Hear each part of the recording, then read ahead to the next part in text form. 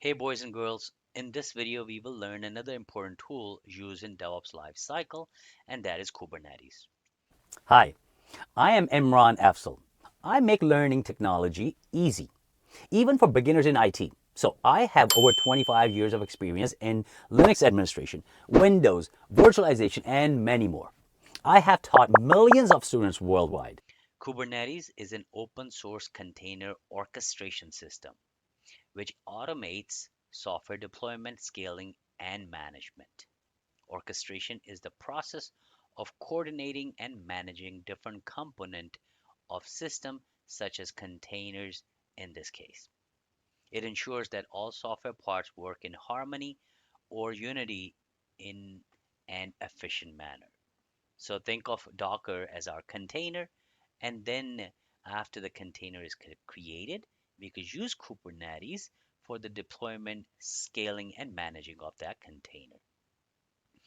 Okay, it was originally designed by Google and is now maintained by the Cloud Native Computing Foundation, in short, CNCF. It was first introduced in September 2014, and its stable version was released in October 2023. Kubernetes was developed to simplify the management of containerized applications. Kubernetes is primarily used in the deploy and operate phases, but it can also indirectly influence the plan and build phases of a DevOps lifecycle. Let's look at some of the features Kubernetes has to offer. And the very first one, which we already talked about, and that is container orchestration. Kubernetes ensures that the containers are placed on the right nodes or the servers. It monitors containers' health and automatically replaces failed containers. Containers' health means their performance and resource consumption. The next one is scalability. Based on demand, you can easily scale your application up and down with the help of this tool. It can handle load balancing and distribute traffic to different instances of your application. Then, resource optimization. It optimizes the usage of server resources by efficiently packing containers onto nodes. It saves cost and improves performance by doing so. Then, application lifecycle management. Kubernetes manages the entire life cycle of applications, including updates and rollbacks.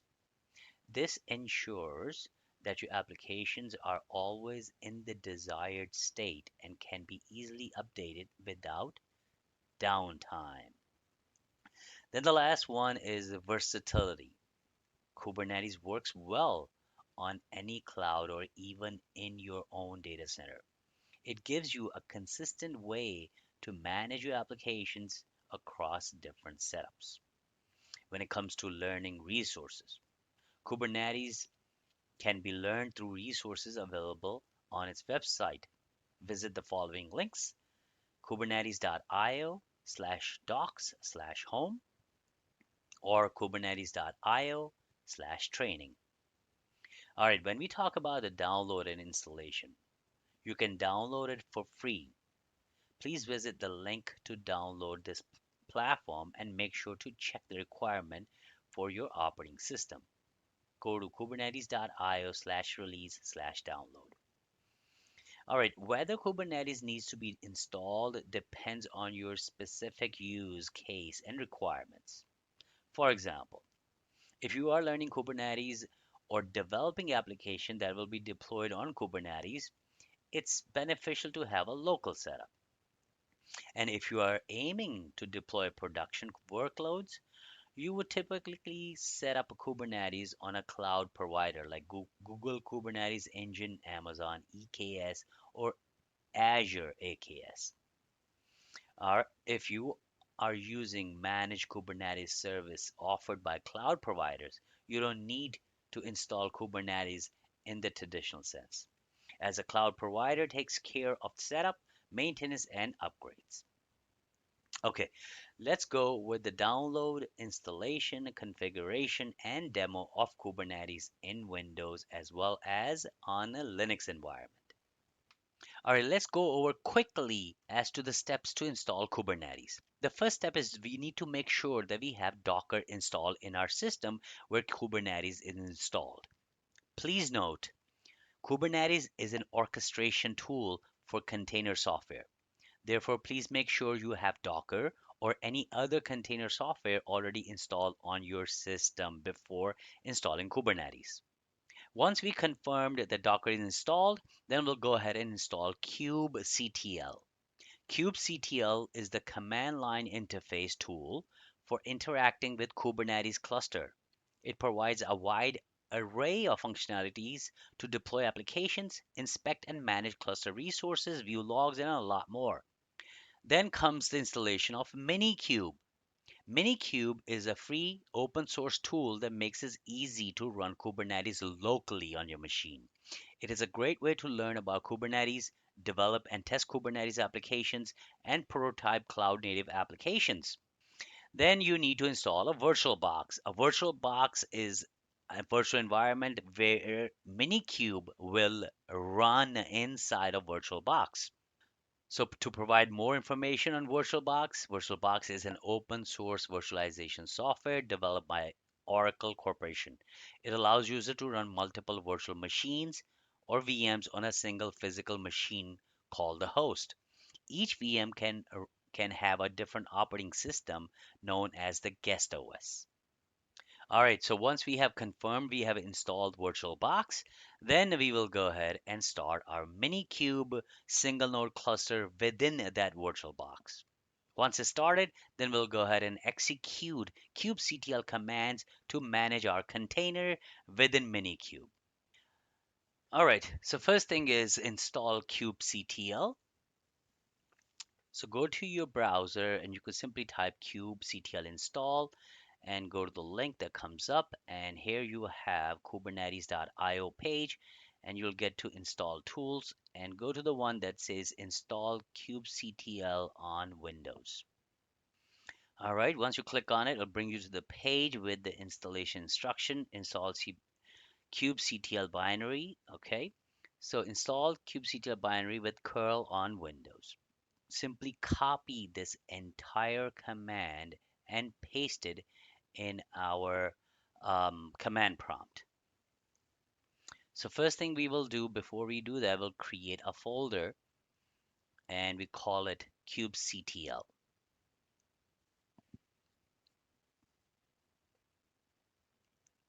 Okay, once that is created, then we will make sure that we actually get into this directory and then run our curl command. So cd into the C drive and then go to kubectl folder or directory that we just created. Now we are in that directory. Let's go ahead and copy and paste that URL with the curl and then run it.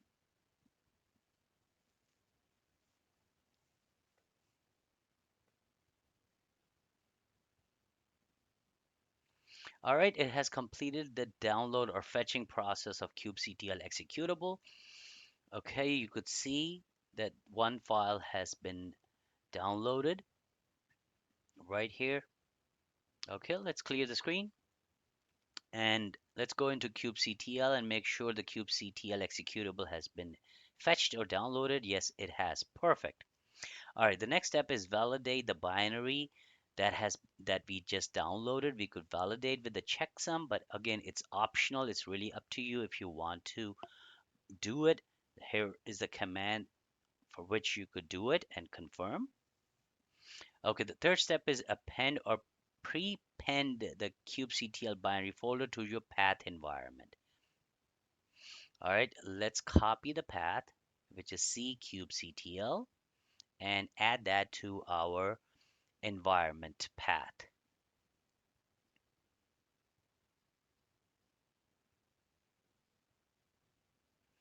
Click on path, click on edit, and then click on new and simply type or paste and click OK. Okay, so that is done. And now the fourth step is to check the version. So first we run kubectl just to make sure the command is there. Yes, it is there because it's giving us all the other options that are available with that command. Then we will run kubectl version dash dash client to check the version of kubectl.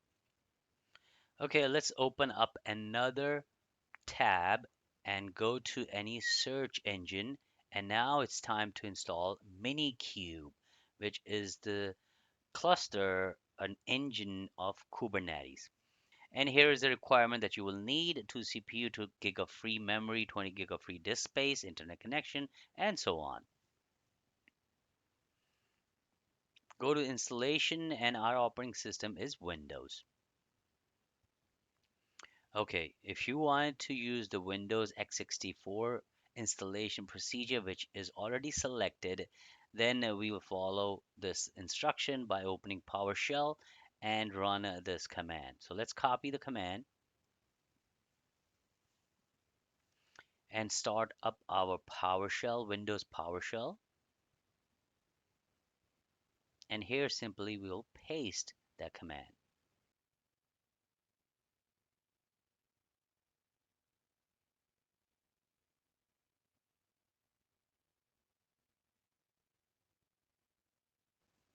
Okay, there you go. We have noticed the Minikube folder has been created and Minikube executable has been downloaded.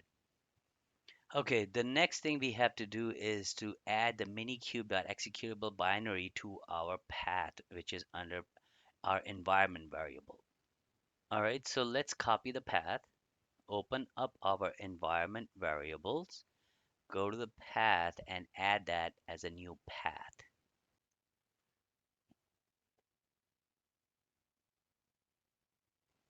Okay, so the next step is that we have to install Oracle VirtualBox. If you do not have Oracle VirtualBox, then go ahead with the installation. I have already installed Oracle VirtualBox previously, so we will make sure that we have Oracle VirtualBox version 5.2 and higher already installed in my computer. So I'm going to click on Start and simply type a VirtualBox, and here I will start it up to confirm that I have the VirtualBox already installed in my system, which I do. All right, next thing is to start the cluster using the VirtualBox driver. So copy it, copy the command, and start the command prompt in your Windows machine. Go ahead and paste. Okay, this is going to create a VirtualBox with a virtual machine inside of your VirtualBox with Minikube environment or Minikube. You could say a virtual machine, Minikube one node cluster virtual machine. All right, if you go to your Oracle VirtualBox, you'll see that Minikube virtual machine has been created and it's up and running. Excellent. So now that is done. Next step is to make VirtualBox default driver. Let's copy that and hit enter, and it's telling you these changes will take effect upon a Minikube delete and then Minikube start. So simply type Minikube delete, which will delete any existing driver configuration. All right, it's removed. Now go ahead and start the Minikube virtual machine.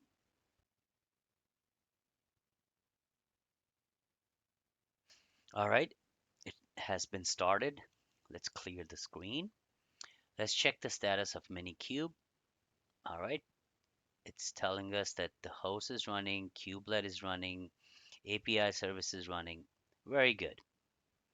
Okay, so now we will go and check out our kubectl commands to see how we could pull information from our Minikube cluster. So for that, we could run the command kubectl get po-a.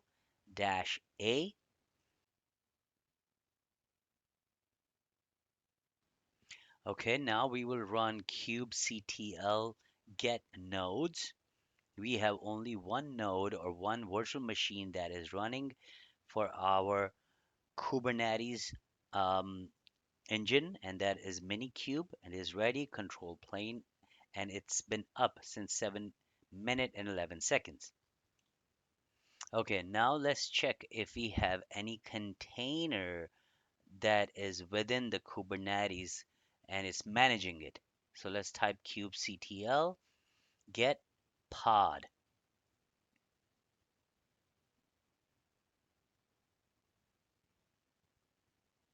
No resources found in the default namespace. Okay, so it means we do not have any containers or pods that are managed by Kubernetes yet. So now what we will do is we are going to pull the container um, as a test container to be managed by our Kubernetes. And we will run this command kubectl create deployment hello minikube image. Let's copy it. All right, it's done and it has already started it up on port 8080. Now let's go ahead and run get services off your container or your image.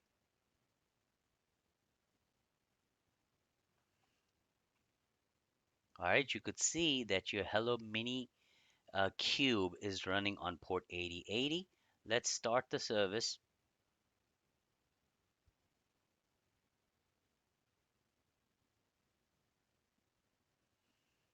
All right, see, as soon as you start the services, it redirects you to open up a browser and with the IP address of where the Kubernetes is running for that image. Okay, let's come back to our command line and you will see right here opening services default hello minikube in default browser with URL. Now you could do kubectl get pods now, and here now you will see that there is an image or container of hello minikube is running. All right, now what we could do is we could go and run the command kubectl and run IMf&x, which is also an image that we could bring it and have Kubernetes to manage it. Now kubectl get pods. Now you see we have two um, containers that are running within Kubernetes. Okay, now let's go ahead and open up another command prompt and get the information about our deployments that's been deployed within Kubernetes.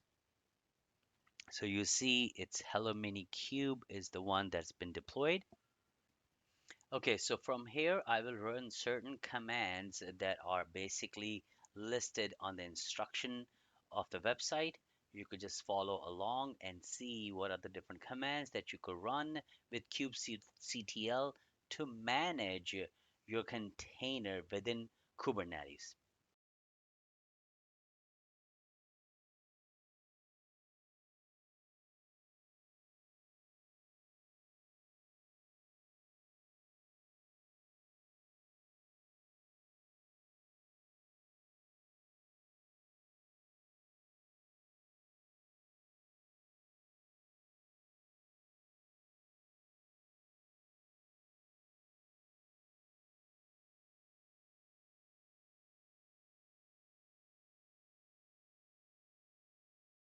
Okay, from this point on, I'm going to cover Kubernetes installation on Linux.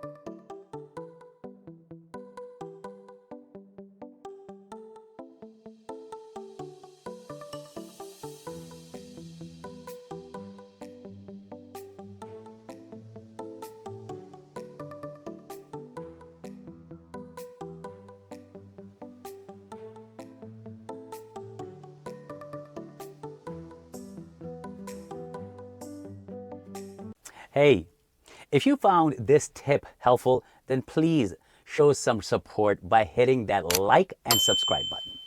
Also, let us know what would you like to learn next.